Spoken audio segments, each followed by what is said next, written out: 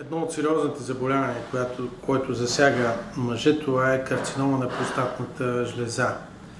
Смъртността от него също е голяма, затова това е един важен проблем както пред мъжете, така и пред специалисти, които се занимават с неговото лечение. Основните рискови фактори,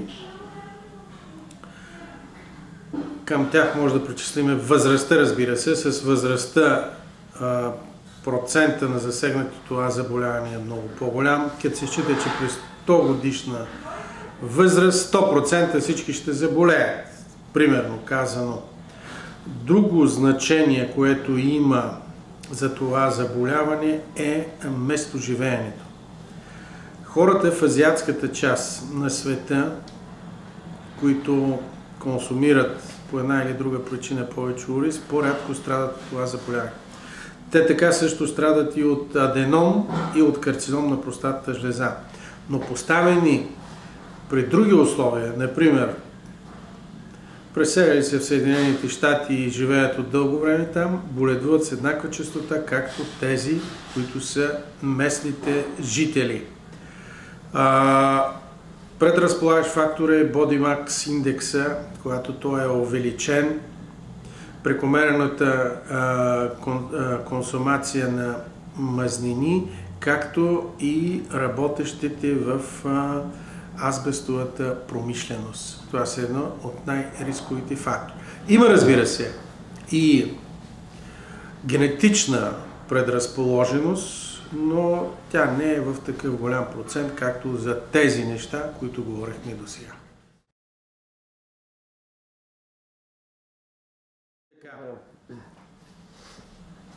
Единственото заболяване, което различава мъжа от жената, това е заболяването на простатната жлеза. Дали то ще бъде доброкачествена простатна хиперплазия или карцином на простатната жлеза.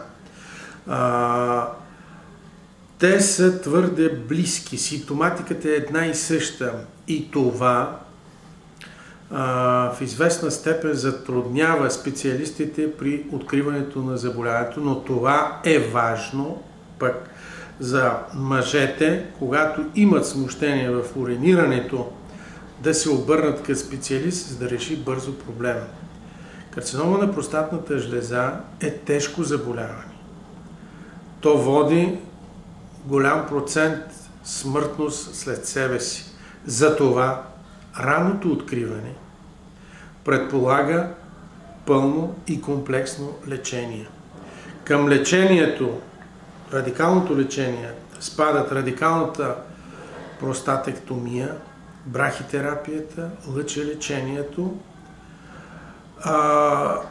по-отделно или в комбинация. Но, като се казва радикално лечение, това значи, че може напълно да се отстрани заболяването и след това да се провежда само профилактика и наблюдение.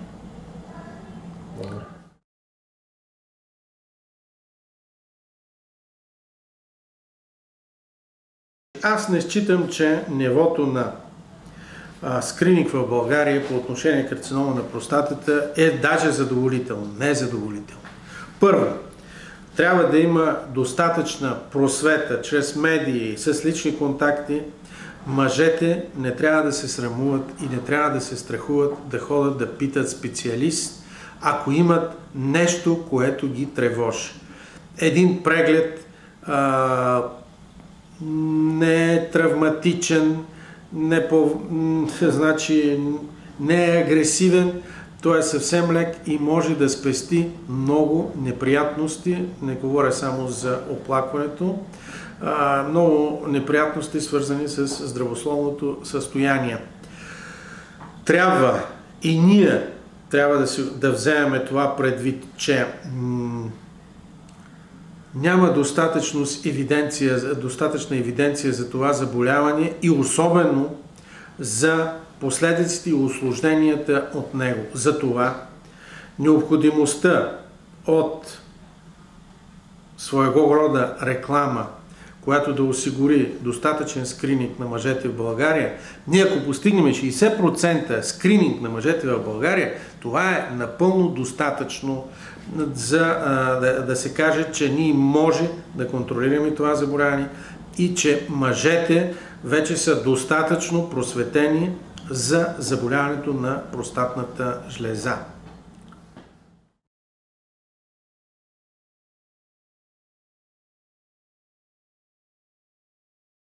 Една такава програма за афиширане и достатъчна евиденция за това заболяване е напълно необходима. При съвременните възможности за диагностика и лечение, то е просто престъпление ние да не можем да диагностицираме и да лекуваме в ранен стадий това заболяване. Като всичко е в ръцете ни.